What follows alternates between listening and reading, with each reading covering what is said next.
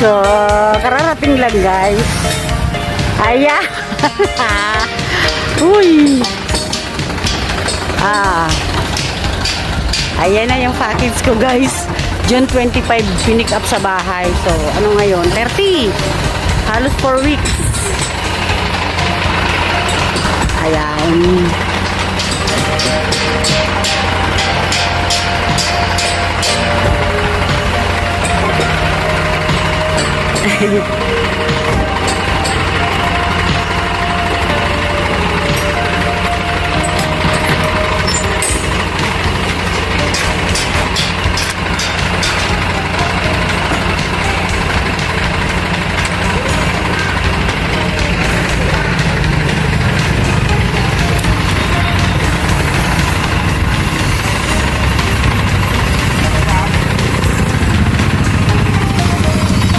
Ayan na guys yung package ko. Diyos ko, tagal ko sabi ko babalik na ako. Wala pa. Ayan. Hindi lang tabi.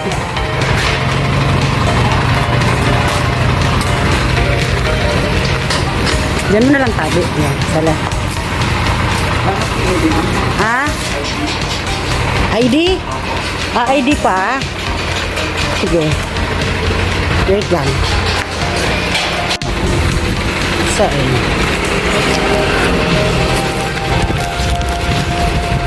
ay, surat ko pala nanay yun. Pangalan ko, buong pangalan ko. Buong pangalan ko.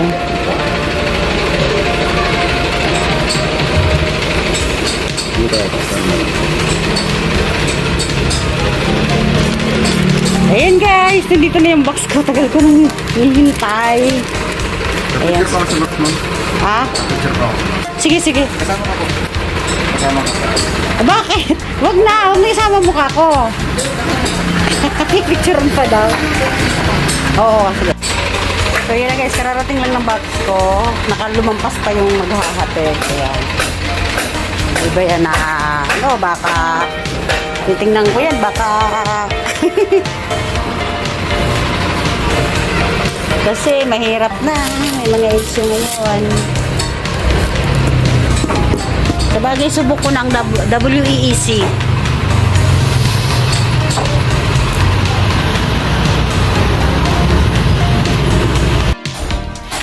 Hi, thank you Lord. At last, dumating na yung box ko kasi pinick up to doon sa Hong Kong ng June 25.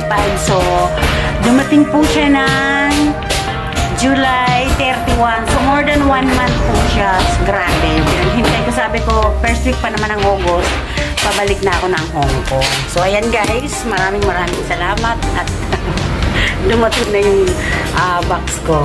Thank you guys. Thank you Lord. Safe naman at saka wala namang damage yung pinadala kong box dito. So, bye-bye!